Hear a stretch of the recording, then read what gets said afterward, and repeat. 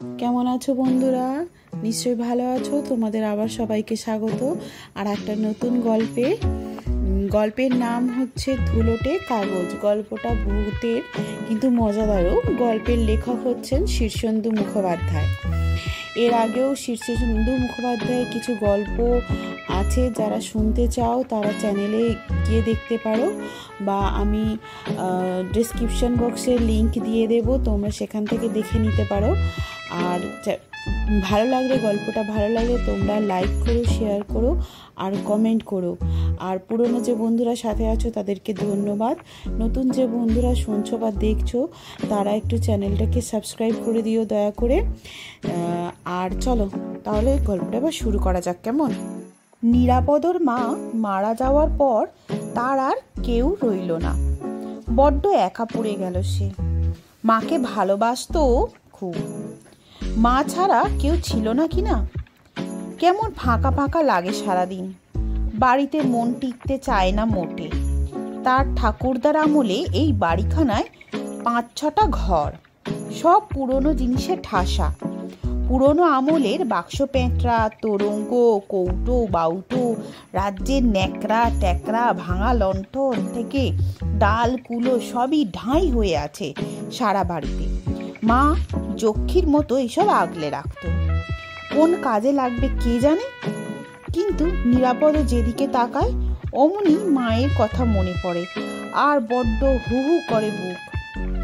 গাঁয়ের বন্ধুরা আর পাড়া প্রতিবেশীরা অবশ্য তাকে নানা কথাবার্তায় ভুলিয়ে রাখল।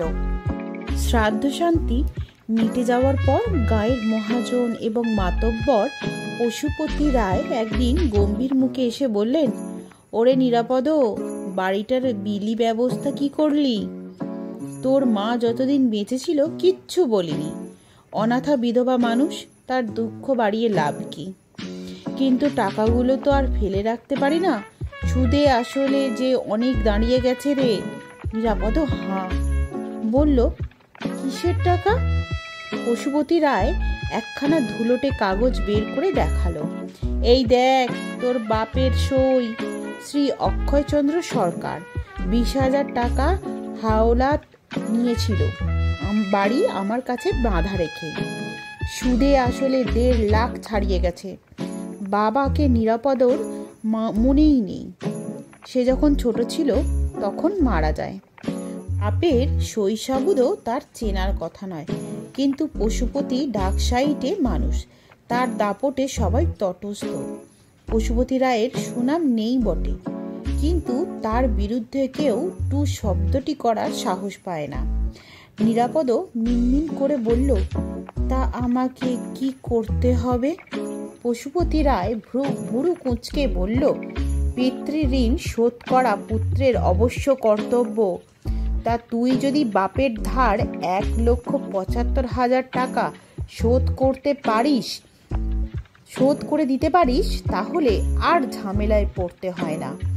নিরাপদ ঢোক গিলে বলল, টাকা কোথায় পাবো? আমার তো খাওয়াই জুটছে না। তাহলে তো বাবু বাড়িখানা ছাড়তে হচ্ছে। এই পুরনো ঝুরঝুরে বাড়ির দাম 30-40 হাজার টাকা। ওঠে কিনা সন্দেহ, কিন্তু কি আর করা। কিছু টাকা বোকা দণ্ডই যাবে আমার। 2 দিন সময় দিলুম, পরশুদিন সকালে এসে বাড়ির দখল নেব। আর শোন, আমার 2টো পাইক পাহারায় থাকবে। বাড়ির কোনো জিনিস পাচার করা চলবে না। বাড়ি থেকে তো দাম উঠবে না। পুরনো মাল বেচে যদি আরো কিছু উসুল হয়। পশুপতি চলে গেল, কিন্তু 2টো সন্ডা মার্কা পাইক বাড়ির বারান্দায় লাঠি হাতে বহাল রইল। দুজনেই ভারী গম্ভীর। নিরাপদ বুঝে গেল সে ছিপি কলে পড়ে গেছে। পশুপতি রায়ের থাবা থেকে বাড়িটা বাঁচানোর কোনো উপায় নেই। মুচকুন্দপুর গাঁয়ে বা তার আশেপাশে এমন কেউ নেই যে পশুপতির সঙ্গে এঁটে উঠবে। নিরাপদ একটু ভালো মানুষ, আর একটু বোকা, আর একটু ভীতুও বটে। তাই সে বসে বসে আকাশ পাতাল ভাবতে লাগলো। বাড়ি ছাড়তে হলে সে যাবেই বা কোথায়, খাবেই বা কি, মা যতদিন বেঁচে ছিল ততদিন পশুপতি কেন উদয় হয়নি কে জানে। আর মা থাকতে তার খাওয়া পড়ারও অভাব ছিল না। মা কিভাবে চালাতো তা অবশ্য সে জানে না, কখনো জিজ্ঞাসা করার দরকারও হয়নি। পাইক দুজন তার দিকে রক্ত চক্ষুতে তাকিয়ে আছে দেখে সে ভয় পেয়ে ঘরে ঢুকে খিল তুলে দিল। পশুপতি কাকা ঘরের জিনিসপত্র সরাতে বারণ করে যাওয়ায় তা আরো ফাঁপড়ে পড়ে গেছে। ঘরের চাল ডালে টান পড়েছে। ভেবেছিল দু একটা পুরনো বাসন বেচে দিয়ে চাল ডাল কিনবে, এখন তো তাও হবে না। নিরাপদ এখন কি করে? কুয়ো থেকে জল তুলে এক পেট জল খেয়ে সে ভিতরের দিকের দাওয়ায় বসে রইল চুপ করে।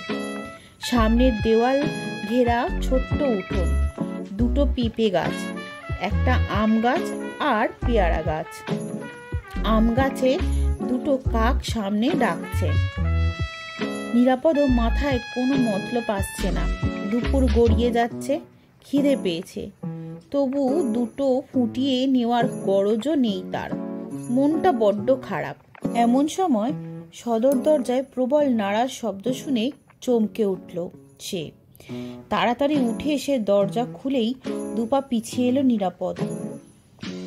দুটো মোস্কো পাইক রেগে গজরাচ্ছে। প্রথম জন বলল, তোর এত বড় সাহস যে তুই পিছন থেকে আমাকে লাথি মেরে পালিয়ে এসছিস?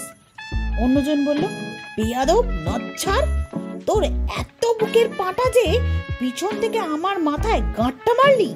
নিরাপদ ভয় পেয়ে তোতলাতে তোতলাতে বলে, আমি কাকুরা কি যা তা বলছেন, আমি মারবো আপনাদের? আমি তো পিছনের দাওয়ায় বসেছিলাম। প্রথম পাইকটা খপ করে তার চুলের মুঠি ধরে বলল, অন্যায় করে ফের মিথ্যা কথা, দেব ঘাটটা মোটকে। প্রথম পাইকটা দ্বিতীয় পাইকটাকে সরিয়ে দিয়ে বলল, দে না আমার হাতে ছেড়ে, গাঁটটা কাকে বলে আমি ছোঁড়াকে বুঝিয়ে দিচ্ছি। নিরাপদ জীবনে কারো কাছে মারধর খায়নি। সে ভয়ে ভ্যাঁ করে কেঁদে ফেলল, কিন্তু তাতে ভবি ভোলার নয়। দ্বিতীয় পাইকটা তার ঘাড় ধরে হেঁট মুন্ডু করে পেল্লায় একটা গাঁটটা বসিয়ে দিল। নিরাপদর মাথাটা ঝিনঝিন করে উঠল। এই সময় হঠাৎ ছেড়ে দিয়ে দ্বিতীয় পাইকটা প্রথম পাইকটার দিকে ঘুরে দাঁড়িয়ে বলল, এই বিষ্টু, তুই আমার পিঠে কিল মারলি কেন রে? লোকটা অবাক হয়ে বলে, আমি কিল মারলাম? বলিস কি? আমি তো 3 হাত দূরে দাঁড়িয়ে আছি। মিথ্যে কথা বলার আর জায়গা পাস না। মিথ্যে কথা? কিল মেরে ফের ভালো মানুষ সাজা হচ্ছে? বুঝেছি। একটু আগে যখন আমি বারান্দায় বসে গুনগুন করে রামপ্রসাদী গান গাইতে গাইতে একটু ঢুলে পড়েছিলাম, তখন তুই গাঁটটা মেরে দিয়ে ভালো মানুষের মতো তফাতে বসে পড়েছিলি। দেখ পটা, বেশিবার ভালো না। জ্যৈষ্ঠী মাসে কর্তাবাবুর বাগানের কাঁঠাল চুরি করে খেয়ে আমার ঘাড়ে দোষ চাপিয়েছিলি, সে কথা আমি ভুলিনি। হিরু পাইকের নাকড়া জুতো হারিয়ে ফেলে আমাকে চোর বলে বদনামও তুই তাহলে দিয়ে রটিয়েছিলিস। আজ তোকে ছাড়ছি না। দেখ বিষ্টু, লাই দিলে কুকুরও মাথায় চাপতে চায়। তোর বহুত বেয়াদপি এতদিন মুখ বুজে সহ্য করেছি, কিন্তু আর নয়, আজ তোর শেষ দেখে ছাড়ব। এই বলতে বলতে দুজনের মধ্যে ধুমধুমার লড়াই লেগে গেল। নিরাপদও খিদের তেষ্টা ভুলে দুই পাইকের লড়াই দেখতে লাগলো। মারামারি করতে করতে দুজনে জড়াজড়ি করে গড়াতে গড়াতে রাস্তায় গিয়ে পড়ল। হই হই শুনে লোকজন ছুটে এসে ভিড় করে ফেলল। যতই লড়াই একসময় শেষ হয়। এটাও হলো। আধ ঘন্টার টাক বাদে ধুলো মাখা দুটো পেল্লাই চেহারার লোক, ছেঁড়া চুল, ফেলা চোখ, দাঁত, নড়া দাঁত আর রক্তমাখা ঠোঁটে উঠে দাঁড়িয়ে টলতে টলতে যে যার বাড়ি চলে গেল। নিরাপদর দিকে ফিরেও তাকালো না। কিন্তু কি নিয়ে দুজনের মধ্যে ঝগড়াটা লাগলো সেটা নিরাপদ বুঝতেই পারল না। তবে সে মনের আনন্দে রাত্রিবেলা ভাত ডাল রান্না করে খেয়ে নিশ্চিন্তে ঘুমোলো। পরদিন সকালে পশুপতি রায় সদল বলে এসে হাজির। চোখ পাকিয়ে হুঙ্কার ছেড়ে বলল, তুই নাকি আমার পাইকদের মেরে তাড়িয়ে দিয়েছিস? এত আস্পর্ধা তোর হয় কি করে? নিরাপদের একগাল মাছি। সে হাঁ করে কিছুক্ষণ সভয়ে চেয়ে থেকে বলল, কর্তাবাবু, আপনার পাইকদের মারধর করার মতন অবস্থাই আমার নয়। আমি তাদের ভয়ে দরজায় খিল এঁটে দিয়েছিলাম। পশুপতি ফের হুঙ্কার দেয়, মিথ্যে কথা! 5 জনে দেখেছে তুই 2টো পাইককে উস্তম ফুস্তম করে মেরেছিস। একজনের একটা চোখই বোধহয় গেছে, পটার 2টো দাঁত পড়ে গেছে। আমি থানায় এগুলো দিয়ে এসেছি। তোকে তারা এসে হাতে কড়া পরিয়ে নিয়ে যাবে। 7 বছর যাতে জেলের ঘানি টানতে হয় তার ব্যবস্থা করে রাখছি। নিরাপদ ভয়ে একেবারে সিঁটিয়ে গেল। মিনমিন করে তবু বলল, আগে তারা যে নিজেদের মধ্যেই মারপিট করেছে, নিজের চোখে দেখা। এখন নিজের পিঠ বাঁচাতে গল্প ফাঁদছিস? যাগ্গে, যা বলার আদালতে দাঁড়িয়ে বলিস। বাঘা উকিলের জেরায় সব কথা বেরিয়ে পড়বে। আজ থেকে 4 জন পাইক এ বাড়িতে মোতায়েন থাকবে। গড়বড় দেখলেই লাঠি পেটা করার হুকুম দিয়ে যাচ্ছি। এবার আরো বড় মাপের 4 জন পাইক বহাল হলো। তাদের চেহারা দৈত্য দানবের মতন। তারা বড় বড় টর্কি আর রামদা হাতে নিয়ে সামনের বারান্দায় এঁটে বসলো। নিরাপদ ফের কাঁপতে কাঁপতে দরজায় খিল তুলে ভিতরের বারান্দায় বসে রইল।